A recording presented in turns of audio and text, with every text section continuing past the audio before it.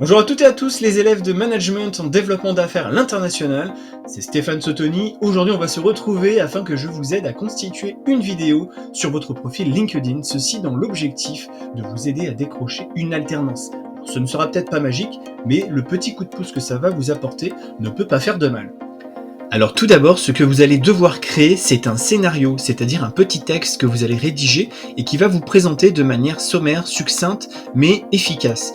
Donc le conseil, c'est de durer moins d'une minute, entre 30 et 40 secondes même, ça peut être plutôt intéressant, d'être bref, agréable. On parle de 400 à 600 caractères, ce qui peut représenter à peu près 50 à 70 mots, c'est à peu près une moyenne, mais ça vous donne une idée un petit peu du contenu qu'il faut. Je vais donc vous lire le texte que j'ai imaginé pour cette présentation LinkedIn. Donc là, j'imagine que c'est un autre personnage que moi qui parle, qui joue un autre rôle. Oh non, encore une formation où je me suis ennuyé. Cette fois-ci, je reprends la parole. On l'entend souvent, celle-là. Il est peut-être temps de renouveler la manière de faire des formations. Bonjour, moi c'est Stéphane, je suis formateur spécialisé en management et soft skills et à la recherche d'opportunités. Après de nombreuses expériences pro et 12 ans en tant que responsable magasin, je veux mettre à profit mes compétences pour une pédagogie engageante et humaine. Rigoureux et passionné par le relationnel, je bouscule les apprenants en les rendant actifs de la formation. Participation interactive, sketching, IA, jeux, vidéo, et même jeux vidéo, tout est possible pour que l'objectif pédagogique soit atteint. Alors je vous invite à me contacter sur cette page LinkedIn si vous voulez développer des formations engageantes dans votre organisme de formation. Ensemble, luttons et dites non aux apprenants qui s'ennuient. Donc voilà qui donne une idée de texte qu'il peut y avoir. Bien évidemment, ce texte, il faudra le répéter, il faudra s'en imprégner pour pouvoir le dire d'une seule traite et le mieux possible quand vous allez passer devant la caméra. La première chose dont vous allez avoir besoin, c'est d'outils, de matériel pour réaliser votre vidéo. Partez sur quelque chose de simple, votre téléphone, votre smartphone, que vous mettez en mode vidéo pour vous filmer. Si vous pouvez avoir un pied pour stabiliser l'image, c'est un plus, et un micro également de captation qui est un matériel un peu plus sophistiqué, mais qui peut améliorer la qualité générale de la vidéo. Au niveau de l'environnement, il y a plusieurs possibilités. Vous pouvez vous filmer en intérieur ou en extérieur. En intérieur, ça permet une meilleure maîtrise de la lumière, comme on le verra tout à l'heure. Pour ce qui est de l'extérieur, attention aux environnements un petit peu trop nuageux qui peuvent être un petit peu bloquants là-dessus. Et surtout, si vous filmez un petit peu longtemps, il peut y avoir des variations de lumière, ce qui peut aussi rendre la vidéo bizarre. Au niveau du fond, partez sur un fond uni, vraiment quelque chose d'assez chaleureux, simple, mais pas de trop sophistiqué. Et surtout, il faut vraiment éviter les environnements, on va dire, qui sont en mode Capharnaüm, totalement bordélique, quoi, on va dire les choses. Autre petit détail auquel il faut faire attention, ce sont les objets parasites qui peuvent être dans l'écran. Une bouteille d'eau derrière, un sweat, une personne qui passe. Ces éléments, il faut vraiment les minimiser afin de ne pas distraire l'attention du spectateur qui regardera votre vidéo. Pour ce qui est des vêtements, là je vous laisse deviner quelle tenue est appropriée ou non. Bien évidemment, il s'agit de celle de gauche. Évitez le tongs chaussette, évitez une tenue sportswear. Soyez professionnel en fait, tout simplement, avec des vêtements simples. La chemise, c'est le truc classique. Au niveau des cheveux, identique. N'ayez pas les cheveux débraillés, sales. Attachez vos cheveux s'il le faut, mais ayez vraiment une apparence professionnelle qui renvoie à ce que vous aurez dans le monde dans lequel vous allez évoluer pendant votre alternance. Et idem pour les vêtements. On évite les taches, la tache de bolognaise dans le col, non, ou la trace de rouge à lèvres ou je ne sais quoi. Vraiment, on évite, on fait attention, on repasse ses vêtements pour être le plus clean possible. C'est une vitrine que vous allez montrer, donc forcément la manière avec laquelle vous allez vous montrer aura une incidence. Pour ce qui est de la lumière en intérieur, il faut la maîtriser. Évitez certaines choses, comme par exemple filmer en contre-jour, ce qui va assombrir l'image et empêcher de bien discerner votre visage. Si vous avez des halos lumineux ou une petite lumière, eh bien vous pouvez l'utiliser pour la mettre face à vous, en dosant un petit peu la luminosité là aussi pour qu'elle ne soit pas trop importante, mais il faut qu'on voit vos expressions, votre visage. On parlait de parasites visuels, les parasites peuvent également être sonores. Si quelqu'un passe l'aspirateur derrière vous, si le chien aboie, si on vous appelle, s'il y a une porte qui claque, eh bien recommencez votre vidéo, c'est pas grave. Ça va se voir, peut-être que vous n'allez pas vous en rendre compte, ça ne va pas vous gêner, mais ça va interpeller, encore une fois, ça va sortir du cadre de la vidéo professionnelle que vous voulez faire. Donc là aussi, attention aux oreilles, attention à ce que vous entendez, attention à ce que vous enregistrez. Très important, le côté verbal. Parlez de manière claire dans votre vidéo.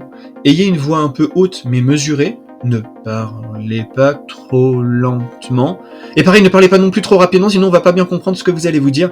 Bref, parlez de manière simple. Vous pouvez varier du rythme et l'intonation pour faire des phases d'interrogation. Oh, vous demandez peut-être ce que je veux dire par là. Voilà, ça peut rendre la vidéo encore plus vivante. Et s'il y a une erreur de bégaiement, comme pour les sons parasites, eh bien vous recommencez, tout simplement. Alors pour se filmer, il y a deux grandes familles de valeurs de plans qui existent. Il y a les plans qu'on appelle rapprochés et les plans plus éloignés.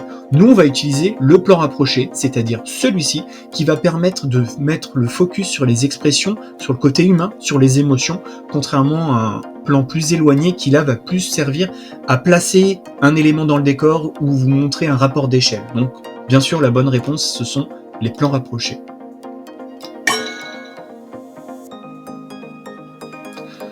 On parlait du verbal, mais le non-verbal aussi a son importance.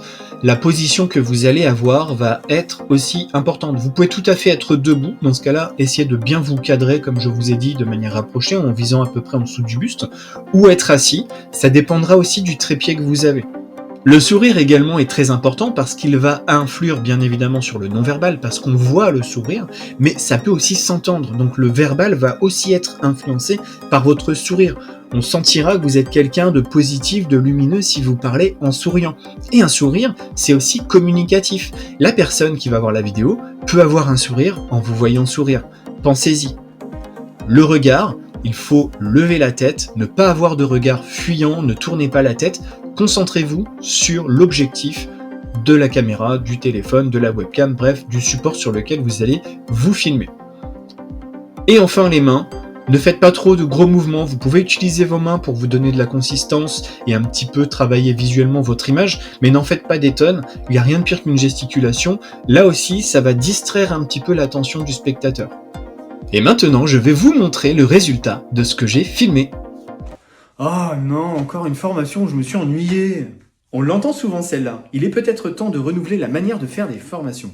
Bonjour, moi c'est Stéphane, je suis formateur spécialisé en management et soft skills et aussi à la recherche d'opportunités. Après de nombreuses expériences professionnelles et 12 ans passés en tant que responsable magasin, je veux mettre à profit mes compétences pour une pédagogie engageante mais aussi humaine. Rigoureux et passionné par le relationnel, je bouscule les apprenants en les rendant actifs de la formation. Participation active, IA, sketching, jeux, vidéo et même jeux vidéo, tout est possible pour que l'objectif pédagogique soit atteint.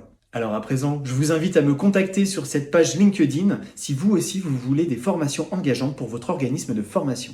Ensemble, luttons et dites non aux apprenants qui s'ennuient. Alors pas si vite, ok, la vidéo est tournée, mais il reste encore un petit peu de travail, et notamment un travail de montage. Effectivement, pour rendre la vidéo plus dynamique et que l'attention du spectateur soit encore plus suscitée, il est important de varier le rythme, d'ajouter de la vie en fait à votre vidéo. Donc pour cela, il y a plusieurs éléments. Tout d'abord, trouver un logiciel de montage. Donc sur PC, moi je vous conseille Clipchamp, qui est un logiciel gratuit, c'est d'ailleurs celui avec lequel j'ai monté cette vidéo, qui est assez polyvalent, qui permet de faire beaucoup de choses, même si on peut pas creuser le sujet très loin, il fait quand même un travail assez honorable là-dessus.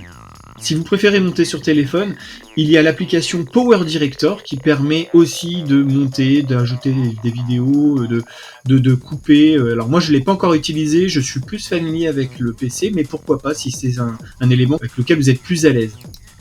Et pour ajouter de la vie à tout cela, il faut ajouter du contenu, que ce soit des photos, des vidéos ou autres. Par contre, attention, il faut que ce soit libre de droit. Donc là, je vais vous conseiller quelques sites libres de droit. Il y a pour commencer Pixabay, sur lequel vous allez pouvoir trouver multitude de photos.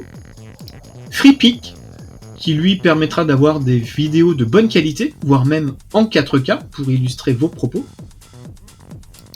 Au niveau des sons, Soundfishing se débrouille bien aussi, avec beaucoup de sons très variés de divers secteurs et divers environnements. Si vous souhaitez une musique libre de droit, Pixabay, en plus des photos, propose aussi des musiques qui sont libres de droit.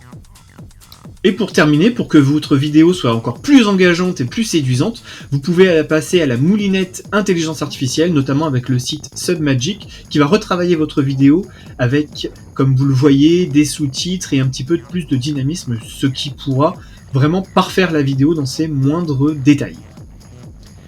Alors maintenant, ce que je vous propose, c'est de voir le résultat de la vidéo que je viens de tourner avec tous les petits ajouts dont je viens de vous parler. On se retrouve juste après. Ah non, encore une formation où je me suis ennuyé. On l'entend souvent celle-là. Il est peut-être temps de renouveler la manière de faire des formations.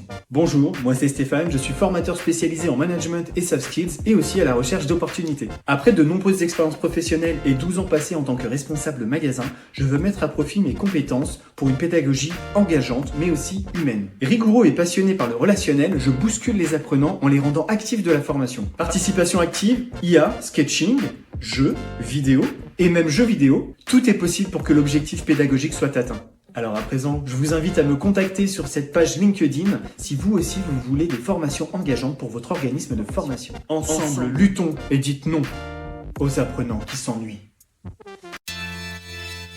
Et bien voilà, le travail est quasiment terminé. Maintenant, ce qu'il faut faire, c'est accompagner cette vidéo sur LinkedIn d'un petit message, bien évidemment, pour que le post soit plus vivant et personnalisé. Donc travaillez bien ça aussi. Vous pouvez aller peut-être un peu plus loin sur certains points.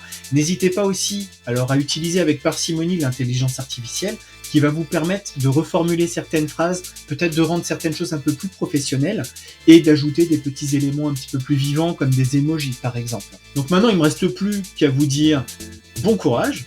Vous avez toutes les clés en main pour y arriver. Je suis sûr que vous allez y arriver. Et je croise vraiment les doigts pour que ça vous permette de trouver une alternance. À vous de jouer.